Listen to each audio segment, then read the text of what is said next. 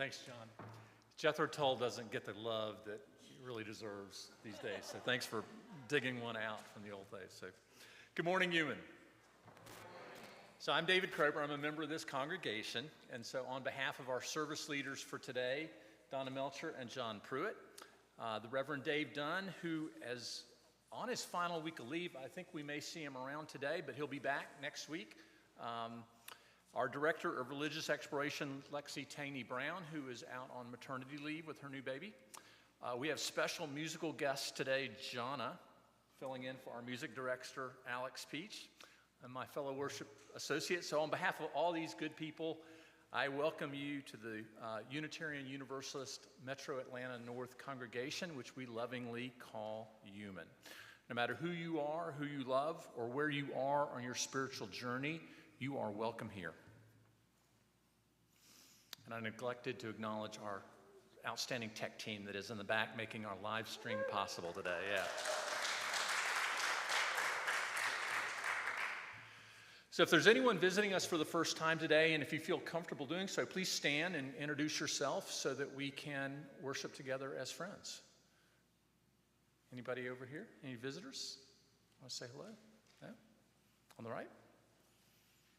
All right, well, if there's anybody watching us for the first time out on the live stream, welcome. We're glad you're here with us today. So today is the final weekend of our summer lineup while Reverend Dave has been on study leave. So we've had a great series of guest messages, and we're going to wrap that up in a good way today with John and Donna. So next Sunday, Reverend Dave will be back in the pulpit, and we're going to have our annual in-gathering water communion service. So in order to participate in the ritual, please bring some water to share. This could be something from a special place, maybe a vacation, could be tap water, could be something that has any sort of significance for you. And what we'll do in the ceremony is we mingle those waters together, and then later on the water will be sterilized, and we use that for other ceremonies, children's dedications and things like that. So you're welcome to bring a contribution for that next Sunday. Another quick announcement, the August issue of UUMAN Times is in production. If you do have anything you want to submit to that, the deadline for the August issue is tomorrow. You can send that to Becky at newsletter@uman.org. And if you have any celebrations for the month of August, send those to Mark Sewell at membership-tech@uman.org.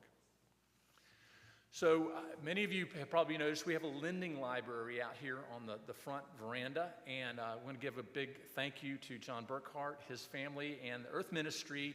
They have freshened it up. It is now back open for use.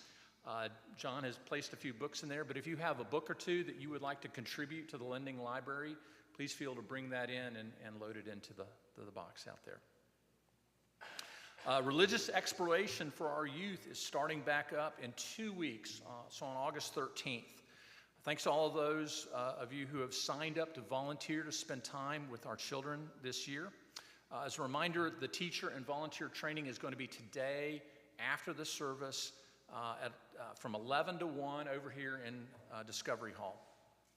Discovery Hall. Thank you. Fellowship Hall, Discovery Hall. So over in this other building.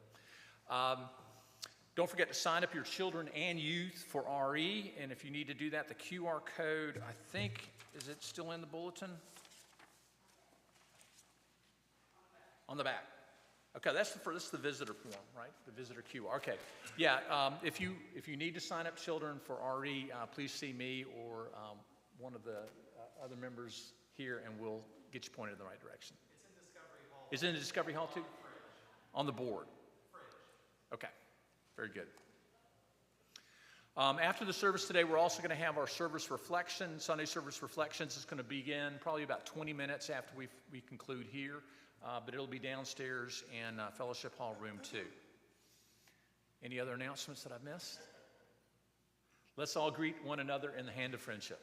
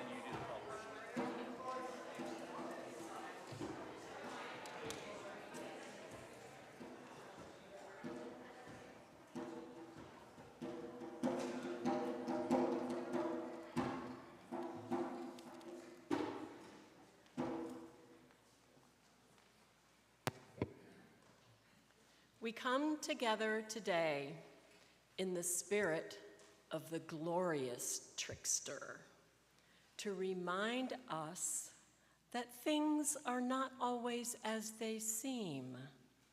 We seek to understand this sacred humor and respect and honor each other and our journey together.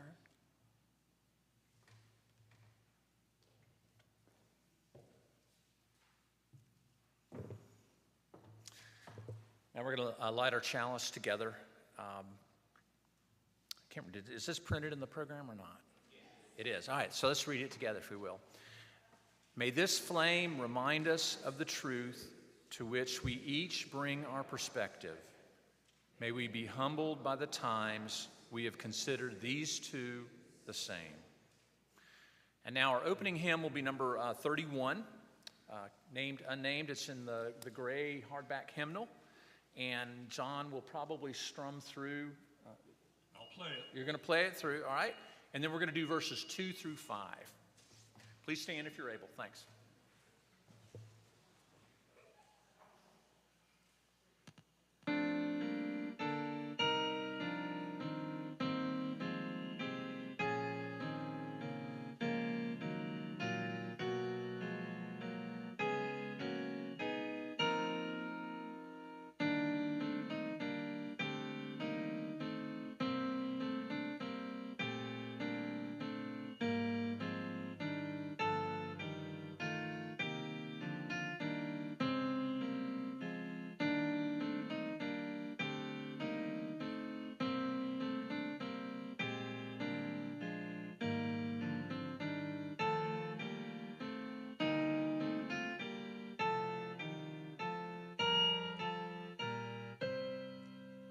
Name unnamed, hidden and shown, knowing and known, Gloria, spinner of chaos, pulling and twisting, free the fibers of pattern and form. Weaver of stories, famed or unspoken, tangled and broken, shaping a tapestry vivid and warm. Name unnamed, hidden and shown, knowing and known. Gloria, nudging discomfort, prodding and shaking, waking our lives to create unease. Straight talking lovers, checking and humbling, jarring and grumbling, saying the truth that refreshes and frees. Name unnamed, hidden and shown, knowing and known. Gloria, midwife of changes, skillfully guiding, drawing us out through the shine of the moon. Woman of wisdom, deeply perceiving, never deceiving, freeing and leading in all that we do. Name unnamed, hidden and shown, knowing and known. Gloria, daredevil gambler, risking and loving, giving us freedom to shatter your dreams. Life-giving loser, wounded and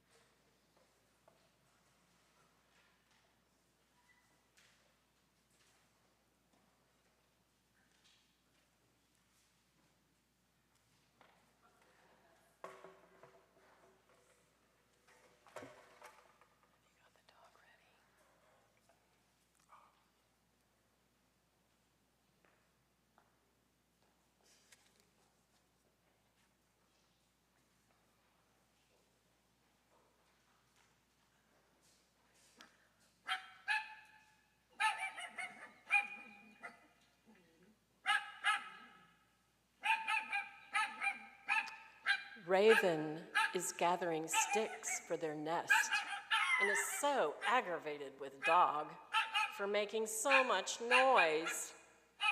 Then Raven becomes curious, and I don't mean just a little. Caw, caw, what is making Dog bark? What is making that dog bark? I have no idea. Raven's curiosity becomes overwhelming, a deep, deep hunger, you could say, something they could not ignore. Raven decides to ask Owl, the wise one. Owl was still recovering from being hit by a car, so Raven flies quietly onto a branch next to them.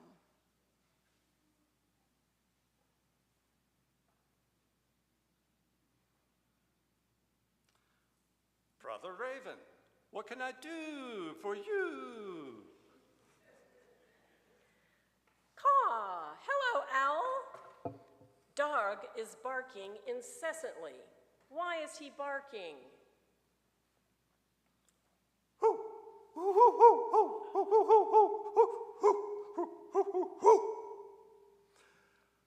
I really don't know, Raven. And there are things I wonder too. For example, where is human going rushing with all these cars? And why are they clearing the forest to grow food? This is unbalanced. Every population has natural limits. You could say, I am hungry too with curiosity. If you can help me find the answers to those questions, let me know. As to your question, maybe ask Monkey. Caw, good idea. Thank you, Owl. I hope you recover well. Bye-bye. And Raven traveled to find Monkey in the jungle. Caw, caw, monkey, monkey, there you are. Can you help me figure out why Dog is barking?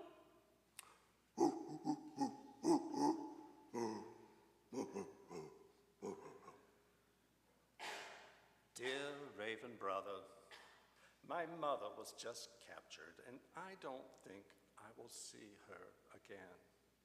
I'm grieving now and cannot help. While you are finding your questions,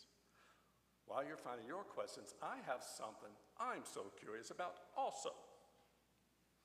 Why is human cutting down the jungle? Where will we live? If you find the answer to that question, let me know.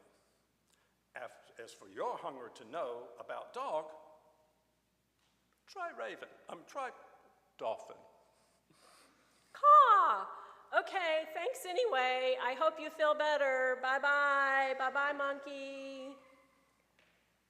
And Raven went down to the ocean and waited for Dolphin. Dolphin arrives looking tired.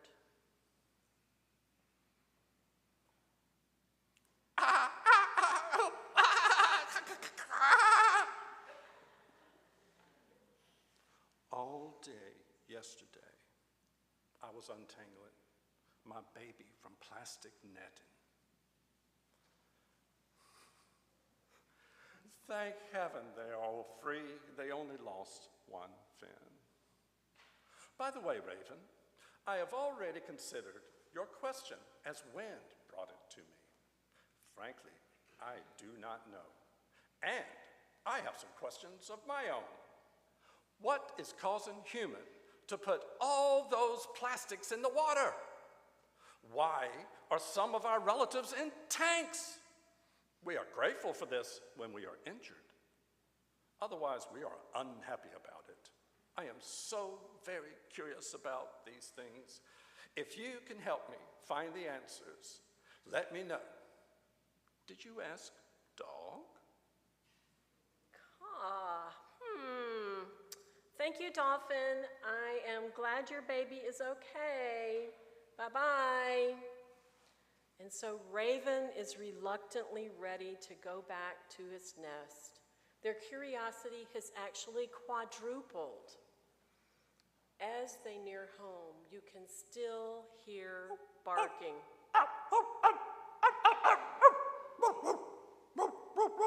Raven flies to dog and drops to the ground beside them. Dog, dog, what is causing all this barking? I've asked owl and monkey and dolphin, and no one can tell me. Raven, I thought you would never ask. Hurry, hurry, your nest tree is on fire! Caw, caw, oh no, thanks dog, I'm going home, hurry now. The end.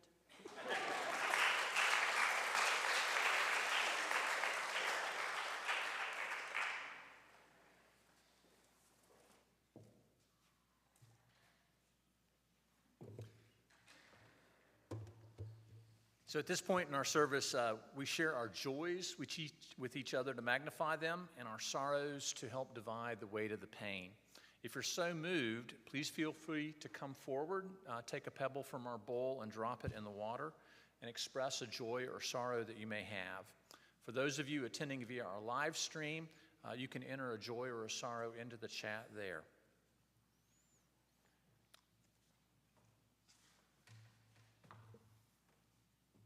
We're open for joys and sorrows now.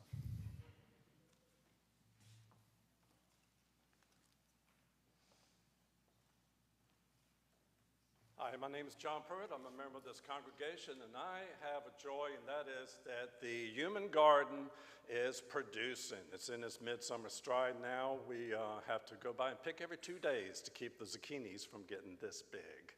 So if you want to come out, the next time will be tomorrow morning at 8 o'clock, where it's nice and cool.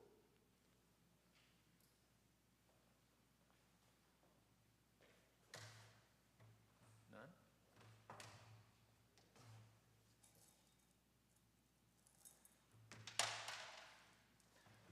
So I'll drop a couple of pebbles for all those joys and sorrows that are probably still too tender to escape the folds of our hearts. So please keep one another in your thoughts this week. Thanks.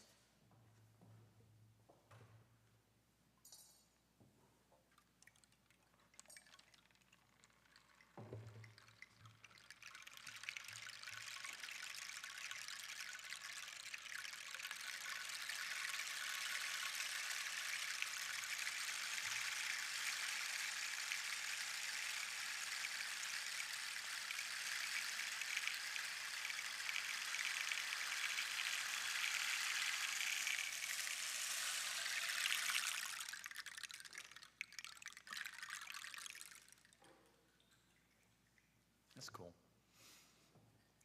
In an effort to further and fulfill the vision and mission of this congregation, we ask that our members and friends share of their time, treasure, and talents. So with that, we'll now take the offering.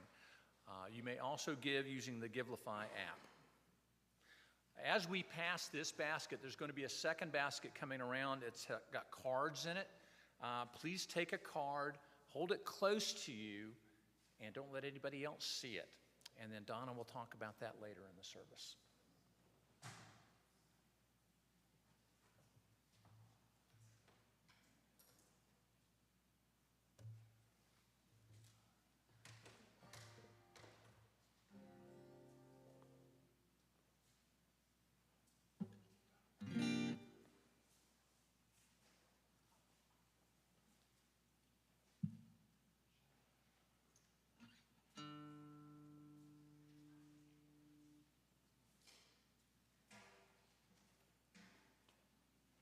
Test.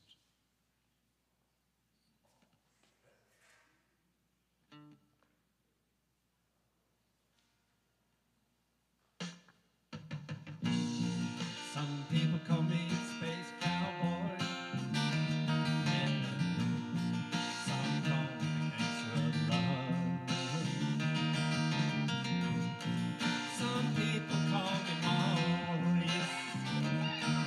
I speak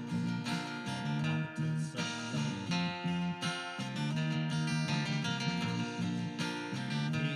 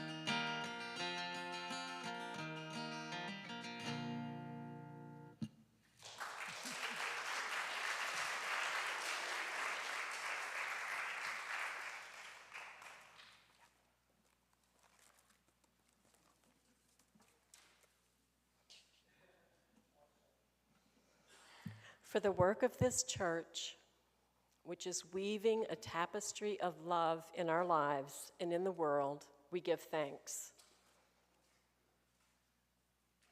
And also, if you have drawn the Joker card, this is your encouragement to play a fun, practical joke on UUMAN when the spirit of the trickster moves you.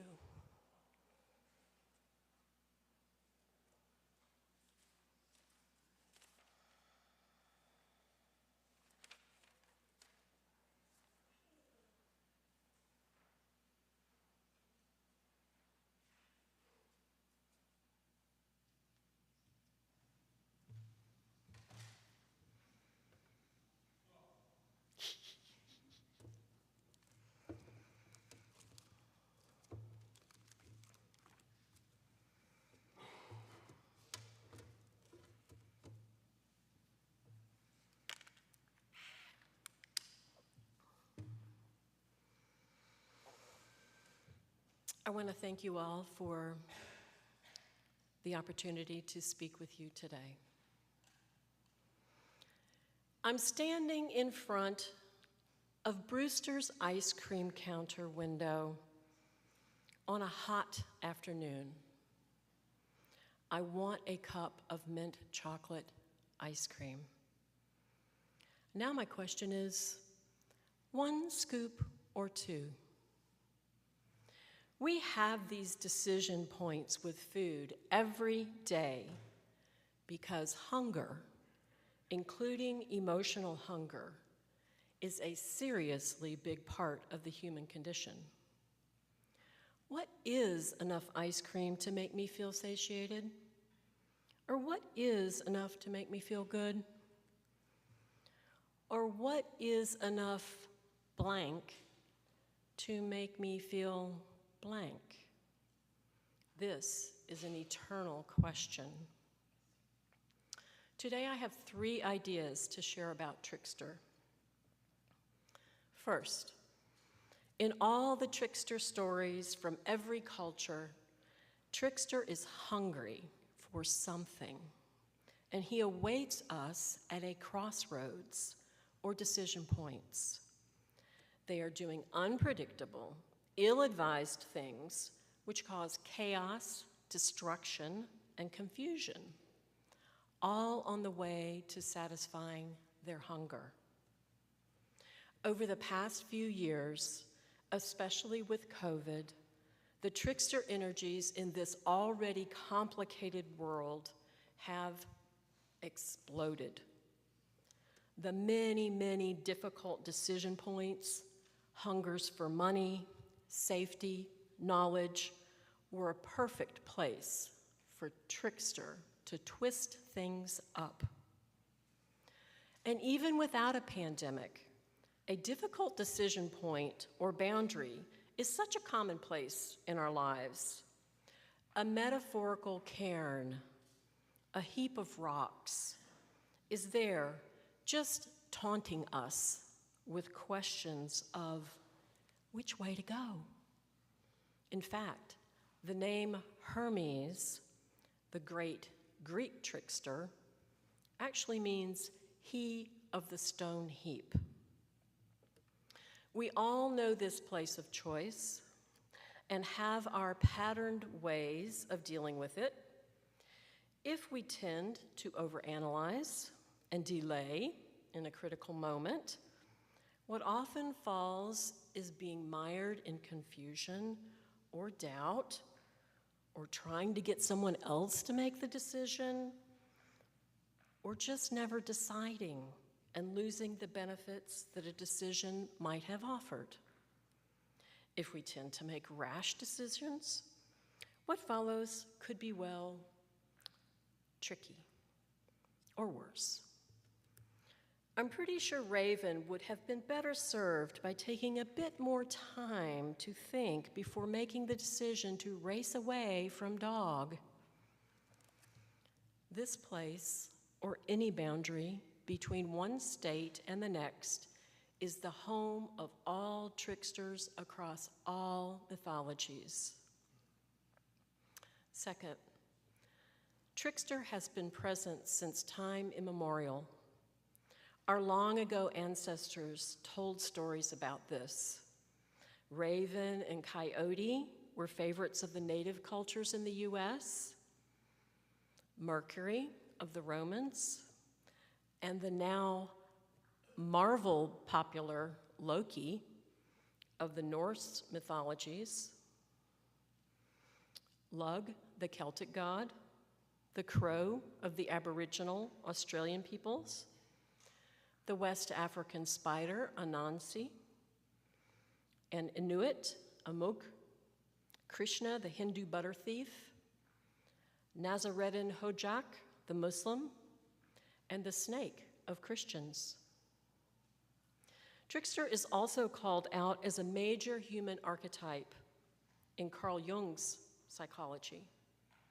He appears as the Joker on our deck of cards, or in our lives, always with special powers. And in any deck of tarot cards, you will always find the trickster character. On the way from one place to another, one state to another, driven by hungers, trickster energy is with us. It causes questions about good and evil, what is the best way to proceed, or what to believe in. It wants to test the boundaries to see what it can get away with. It shocks and surprises and overwhelms us and changes us. Trickster energy right now is also presenting us with some big questions. Personally, I can't even keep up with the knowledge I need to decide on some things. So sometimes I just don't decide. This is one of my coping mechanisms. Many people choose to take another path or make a quick or underanalyzed choice. This can happen simply because they are too overloaded, and that is their coping mechanism. For our younger ones, the speed at which decisions are needed is exploding. Regarding truth, what is truth anyway, and where does it reside? We have yet to figure out or to admit some truths about ourselves. And it only gets more difficult when we venture outside to the world. Right now, trust in a stable, reliable future is absent. This is very much like what happens in a war. And I dare say we are in a war with Trickster. I'm sorry to say, I don't know if we're winning. And there is always a place for hope. It's no wonder, though, that we are confused and polarized about so many things. How many of you remember the first time that you were fooled by the internet? The very first time. For me, it came with a very official-looking Facebook post saying that the AMA was now requiring that before a doctor prescribed antidepressants, a person must take a 6-week dance class of their choice. I thought this was a great idea, and I wanted to believe it. Well, I guess now it seems pretty naive, and that was years ago. Now it is easy to deceive with photoshopped pictures and deep fake videos that lead us astray. The trickster's signature is everywhere, which also makes it fairly invisible. It's just the way things are. Third, trickster energy comes and goes in ourselves, our relationships, and in the world. It is usually experienced as confusion, indecision, and doubt, or ridiculous, unexpected, or unpredictable results. It passes through momentarily or stays a while, or even takes up residence in a culture like ours, or in a place and time in our world when conditions are ripe, like now. It can be anywhere humans might be. It is also deeply embedded in our world, our systems, our cultures, and philosophies. The archetypal trickster is also adept at moving between the seen and the unseen, the living and the dead, the so-called good and the so-called bad. They are always on the move. Trickster brings twists and trouble, which ironically can actually give the world ways to think about difficult or taboo topics by disrupting the status quo. Can you imagine something that would disrupt the status quo here at UUMAN?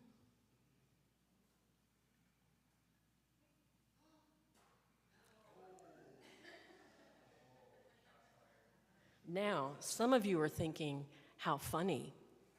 Others, what is he up to? Or, what's next? Or, how dare he?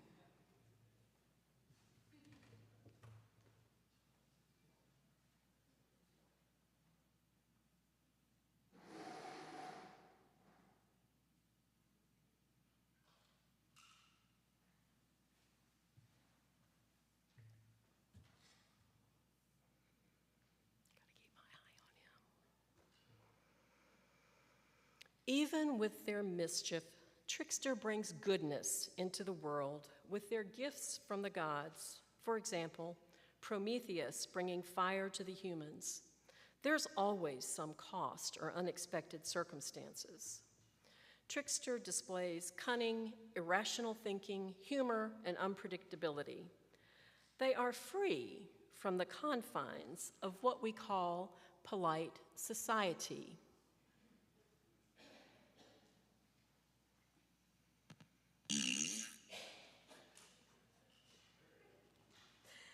They will break rules to get what they want, and they are masters of disguise. A trickster can openly question or mock authority, or even the gods, but usually in service of meeting their own needs or hungers of some type.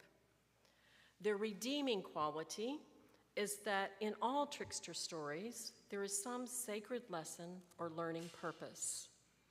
The overall picture of trickster is neither good nor bad. They stand at the very points where you choose between what enlivens you and what does not. Trickster is one of our best teachers, and I dare say life wouldn't be normal without them. Think about it. Hungers and decision points do make this world go round. And you might agree that as a human race, we are hungry and we have some decisions to make. Now, if you're still with me, I have 3 suggestions about how to make the best of this driving force. 1, we must learn to balance our hungers. What we see now is an accumulation of our hungers and decisions not made in the world, multiplied umpteen times by complexities of our modern society. On our global stage, driven by capitalism, overindulgence, and greedy unconscious earth extraction, we cannot escape the results of our behaviors any longer. Do we need a more luxurious car? Do we need our 50th pair of shoes? Guilty. Or that second sandwich?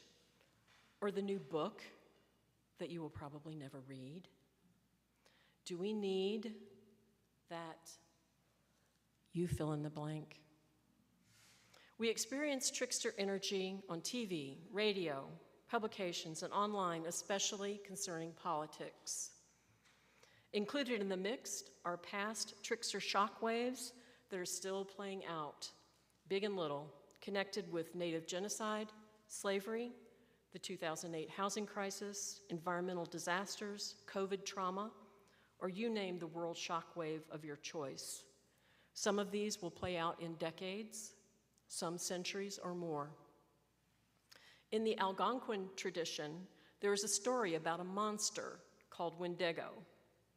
He is a howling, insatiable cannibal that lurks in the forest and eats children that wander too far from home. The more he eats, the hungrier he gets. He must do endless and escalating violence to feed his hunger.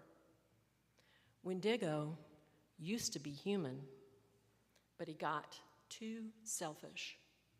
He stopped thinking about others and only thought about himself and his own hungers. It got so bad that the village banished him to the forest, where he became a cannibal. No one wants to be Wendigo or to be eaten by them. Children learn to care for others and come home at dusk. In our Western tradition, I think our movies are the closest we would come to that message, like Willy Wonka and the Chocolate Factory, where greedy boys get drowned in chocolate, or the more recent Avatar, where hunger for resources devastates yet another indigenous community. Still, in our culture, what I think comes through louder and clearer for most is more is better, be popular, don't get left behind or missed out, with little regard for how this affects others across our communities and our world. Balancing or taming our hungers is necessary to reduce the drain we are having on this earth, and it puts trickster energy in its place.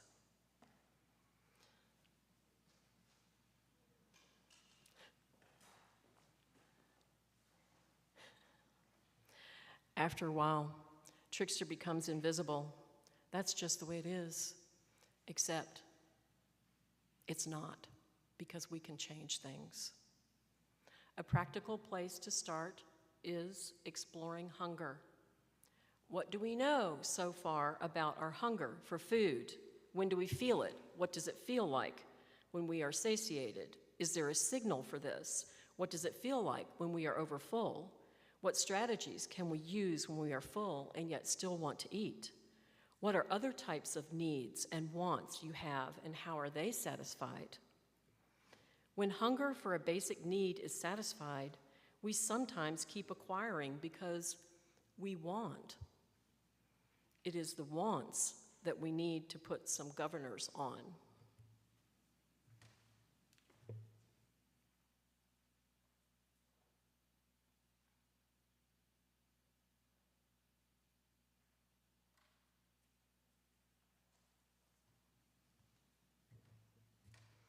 I had a Lakota visitor come and visit me for a while, stay with me for a while, a number of years ago.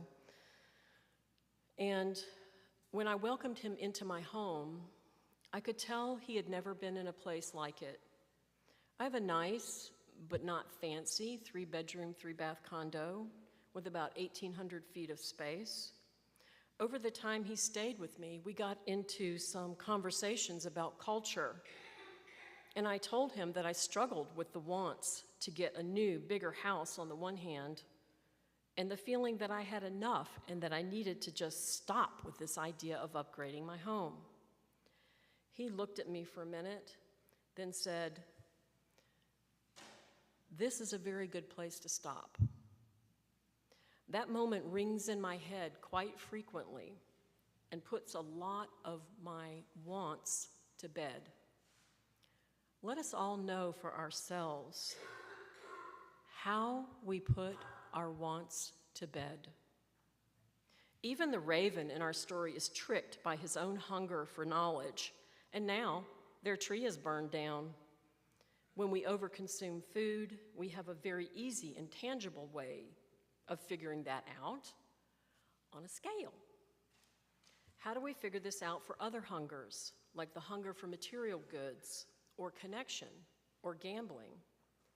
By learning more about our hungers, we can see how these hungers drive our behaviors, sometimes with unpleasant results, or when played collectively on a world scale with catastrophic results.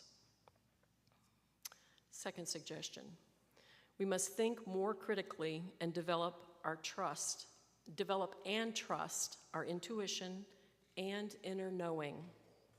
I was talking to Don Gross, one of our UUMAN elders, and he was passionately telling me what he tells his grandchildren, his granddaughters, about this changing and dangerous world that we are in today. He says, focus on critical thinking to be able to tell what is the truth, and be careful about how much time is spent connected to a device instead of the physical things of this planet. With all the distortion, half-truths, and straight-out lies that we find online today, it is imperative that we take additional actions to ground ourselves in reality and facts. And I'm sure everyone in here has come up with strategies of filtering out facts, and yet we may have our own blind spots and echo chambers. According to mindtools.com, we need to ask, who said it? What is the source of the information? And what are their biases? What is the evidence? And do you want to believe it? If a story causes you to feel happy and you want to believe it, like my mandatory dance lessons, that is a red flag, and make sure you look to see who else is reporting it. 3, we make the best decisions we can in a timely manner and surround ourselves with good community. When decisions take too long, confusion can gather. The trickster energy and all the doubts multiply, and eventually you want to disregard there's even a decision to be made. It goes on the back burner, even though it can cause significant damage to relationship, process, or product, or environment. It festers. In the corporate world, John and I have seen this happen many, many times. A vision and goals help one move directly through decision points, just like an agreed-upon project scope moves us through projects. Having a vision and goals will result in less confusion and doubt, and less time spent in the crossroads for Trickster to trip us up. Once a decision has been made, John has told me many times, you don't look back. Otherwise, you will put yourself right back into Trickster's crosshairs. If the decision was wrong, another decision point will come. In the meanwhile, you are in the flow of life where joy is to be found. Trickster is at bay. In our human community, we are there for one another. In our care circles and small groups, and UUMAN elders have taken a pledge to encourage and support younger ones when needed. This is a good thing when life seems tricky. Sometimes trickster energy comes embodied strongly in a person in our orbit, so a few other strategies are necessary. Be more cautious with strangers and be mindful and aware so you can spot potential trickster behaviors. Set personal boundaries and protect them. Stay grounded and centered by practicing meditation. Avoiding gossip and drama will also keep us away from a lot of trickster energy.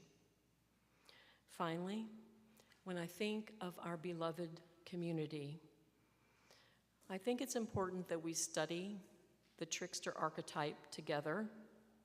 Just like other faith denominations and cultures, Unitarian Universalists in general and UUMAN can benefit from more mastery of the mythos of the trickster and a study of all archetypal energies for that matter. We need real stories about these characters that reflect our values so that we can see how they can help us I believe our mission to transform the world always begins with the transformation of our inner world. Where else to dance with the trickster energy and learn from it well, except inside ourselves and inside our faith denomination, to shake up the status quo, to make holy mischief, and to experience more joy. By the way, I decided quickly to get the 2 scoops of mint chocolate ice cream, and I never looked back.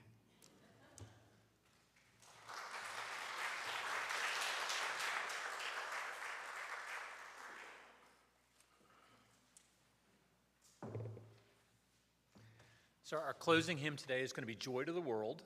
The lyrics are printed on the insert that's in your program, so if you'd like to stand and join us, we'll close with Joy to the World.